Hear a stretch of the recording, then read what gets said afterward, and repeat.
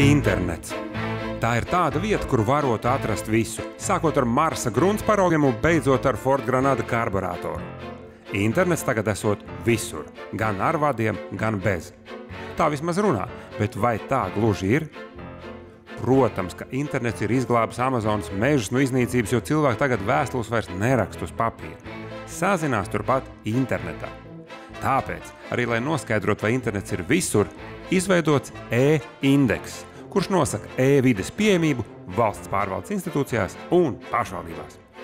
Šis indeks rāda to, cik šī iestāde ir laba, cik šī iestāde labi izmanto dažādas elektroniskās iespējas gan iestādes iekšienē, runājot par to, kā viņi sadarbojas viens ar otru elektroniskā veidā vai bīdot papīru šurpu turpu, gan arī sadarbībā ar citām iestādēm, gan arī attiecībā pret klientiem.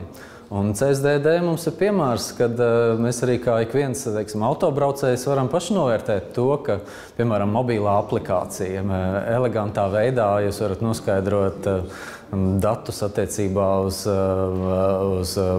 savu transporta līdzekli un tam līdzīgi.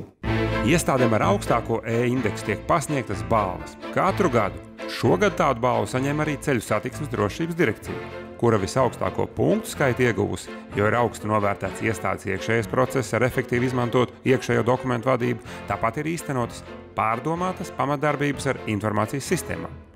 Iestāde lielu uzmanību pievērsus pakalpojumu sniegšanai un to kvalitātei.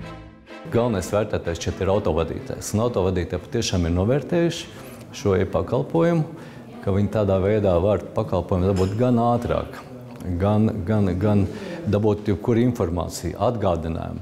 Lielākā daļa to zina, kāpēc var apgalvot lielākā daļa, jo patiešām vairāk nekā pusi no Latvijas autovadītājiem ir izmantojuši mūsu e-pakalpojumus.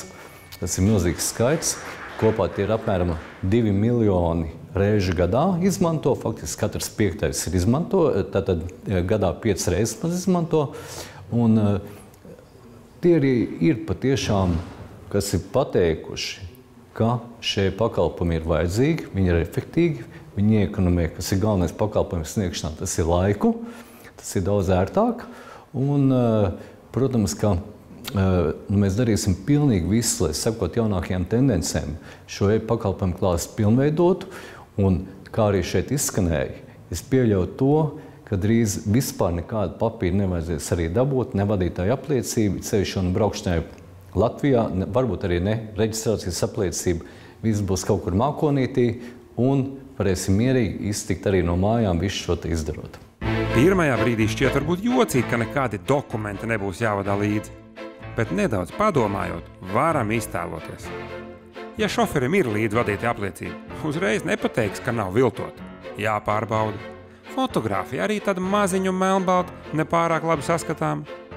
Taču šajos laikos, kad katrā telefonā ir labāks fotoaparāts kā agrāk profesionālim, un katram policistam uz ceļa pieejams internets, pilnīgi pietikt, ja šofers nosaukt savu vārdu, personas kodu, un policists mierīgi datorā paskatītos gan bildi, gan visus pārējos datus par apturēto. Par mums taču šajos laikos pat sociālajos tīklos rakstīts vairāk kā vadītāja apliecībā. Tātad, ja internets ir pieejams visur, dokumentus var nevest nekur. Kā esam pieraduši, bieži vien visas labās idejas nāk no ārzemēm, bet vadītāja reģistra ziņā ārzemes var pamācīties no mums. E-pakalpojumi patiešām ir radījuši tikai CSDD darbinieki. Mums nav bijis neviens ne ārpakalpojums, nekādu palīgu no malas, ne arī kaut ko špikojuši. Esam pētījuši to, ko cilvēkiem vajag, kā ir ērtāk, labāk, un mums paši darbinieki nemitīgi viņu papildina šo te klāstu, uzlabo, pilnveido, padara vienkāršāk, efektīgāk, ātrāk un labāk.